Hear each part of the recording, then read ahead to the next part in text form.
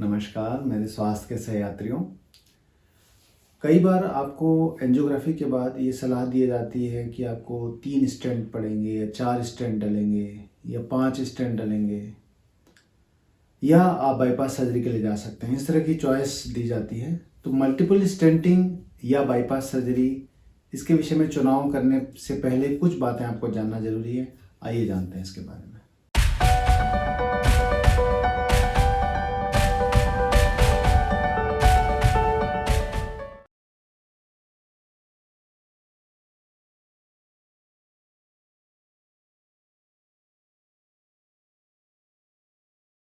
जब किसी पेशेंट को 3 स्टेंट, 4 स्टेंट, 5 स्टेंट या उससे ज़्यादा स्टेंट डाले जाते हैं तो ऐसे प्रोसीजर को मल्टी वेसल पीसीआई या मल्टी वेसल एंजियोप्लास्टी अर्थात बहुत सारी नसों में छल्ले या स्टेंट डाले जाते हैं। इस प्रोसीजर को मल्टी वेसल पीसीआई कहते हैं या मल्टी वेसल एंजियोप्लास्टी कहते हैं। तो कई बार जब एंजियोग्राफी की जाती है उसके बाद रिश्तेदारों को या मरीज को कहा जाता है कि भाई आपको बहुत सारे 3 या 4 स्टेंट डाले जाएंगे, या तो एक साथ या फिर एक एक करके। आज एक स्टेंट डाल देते हैं, फिर 2-3 दिनों बाद एक स्टेंट डाल देते हैं, या हफ्ते भर बाद एक स्टेंट डाल देते हैं, या महीने भर बाद, या फिर आप बाईपास सर्जरी का ऑप्शन चुन सकते हैं। एक सामान्य व्यक्ति को इस बारे में जागरूक होना आवश्यक है कि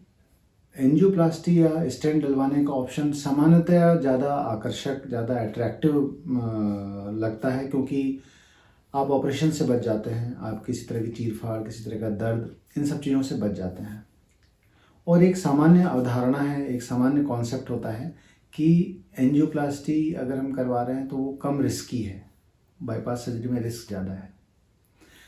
अपनी इस अवधारणा को एक सामान्य व्यक्ति को बहुत क्लियर करने की ज़रूरत है कि बाईपास सर्जरी में जैसे रिस्क फैक्टर इन्वॉल्व है, ठीक उसी तरह एंजियोप्लास्टी में भी रिस्क इन्वॉल्व है। और मैंने पहले भी वीडियोज़ में बता चुका हूँ कि कोई भी प्रोसीजर जो हार्ट से रिलेटेड होता है उसमें कुछ अमाउंट, चाहे वो 1%, 2% का ही रिस्क हो, वो रहता है। और बाईपास सर्जरी भी आज के दिन में बहुत सुरक्षित, बहुत ही सेफ सर्जरी हो चुकी है, और हम सामान्यतः 1% या 2% का रिस्क बताते हैं किसी बाईपास सर्जरी में। लेकिन जब मल्टी वेसल एंजियोप्लास्टी, बहुत सारी नसों में स्टेंट डालने की बात की जाती है, उस समय हमें ये जानना जरूरी है कि पहला, मल्टी वेसल एंजियोप्लास्टी उन जगहों पे की जाती है जब आपके ब्लॉकेजेस, नंबर ऑफ ब्लॉकेजेस ज़्यादा है, मतलब डिजीज़ जो है वो ज़्यादा एक्सटेंसिव है, बीमारी कई बहुत फैली हुई है, जगह जगह ब्लॉकेज है, कई नसों में ब्लॉकेज है। जो स्टेंट होता है, जो छल्ले डाले जाते हैं, वो धातु के बने होते हैं, और जितनी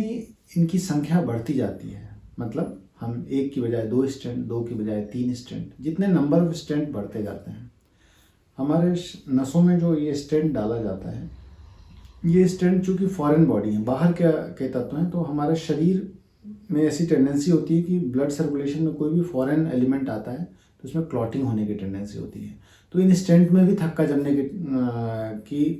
प्रक्रिया तुरंत शुरू हो जाती है। लेकिन कुछ दवाइयाँ दी जाती हैं बाहर से, और कुछ इन स्टेंट्स में भी दवाइयाँ लगी होती है जिसकी वजह से थक्का बनने से रुकता है।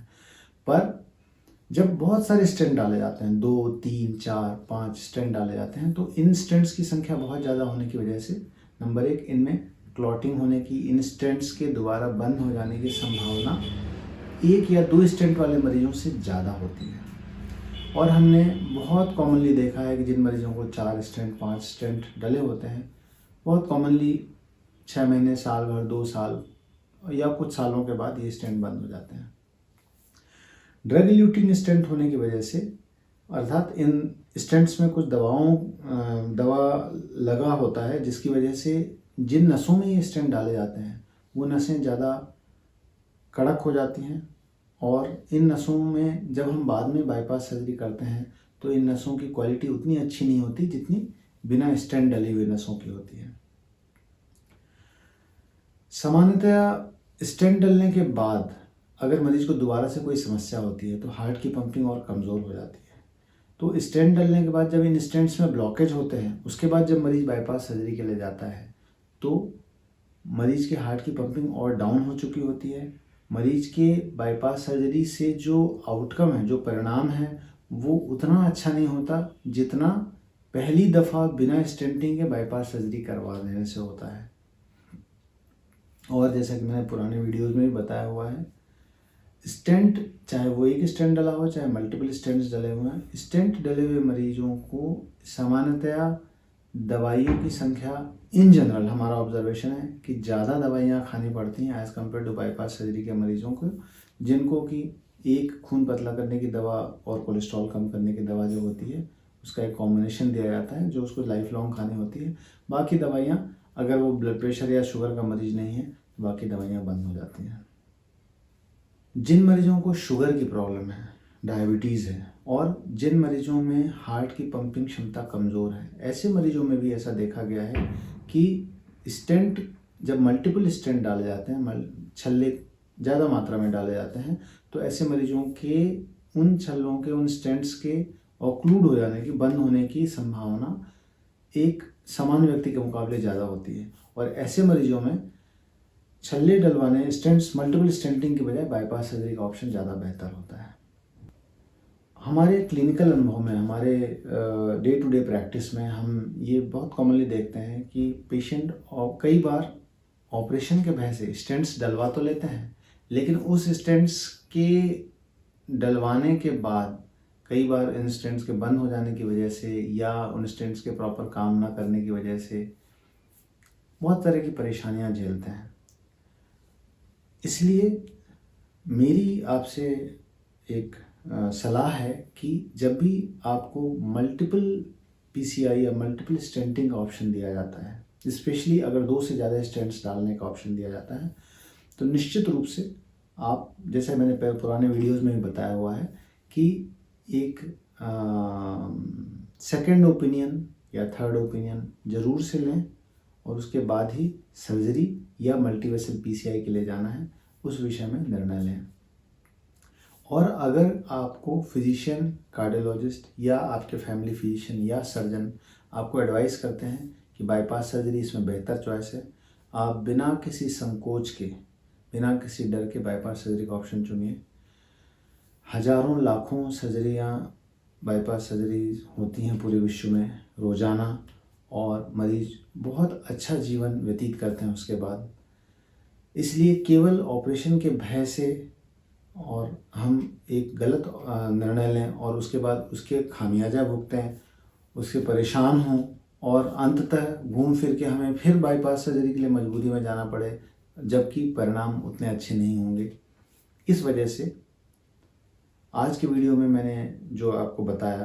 कि जब भी मल्टीवेसल पीसीआई या बहुत सारे स्टेंट्स डालने की बात हो और बाईपास सर्जरी का ऑप्शन अल्टरनेट दिया जाता है आपको, तो निश्चित रूप से सेकंड या थर्ड ओपिनियन लें। और बाईपास सर्जरी का ऑप्शन अगर आपको सजेस्ट किया जा रहा है, पहला प्रिफर्ड ऑप्शन है, तो बाईपास सर्जरी के लिए बिना डर के, बिना संकोच के आगे बढ़ें। निश्चित रूप से बाद में आप इस बात के लिए बहुत प्रसन्न होंगे, बहुत खुश होंगे कि मैंने बाईपास सर्जरी चुना, क्योंकि आपकी क्वालिटी ऑफ लाइफ और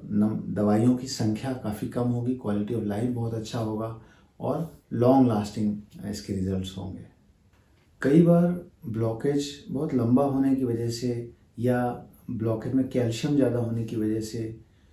स्टेंट्स या तो पूरे खुलते नहीं हैं या एक स्टेंट की लंबाई इतनी नहीं होती कि उस ब्लॉकेज को पूरा खोल सकें, तो फिर दूसरा स्टेंट साथ में डाला जाता है और कई बार तीसरा स्टेंट भी डाला जाता है। इस तरह से पूरी नस जो है वो स्टेंट से भर जाती है।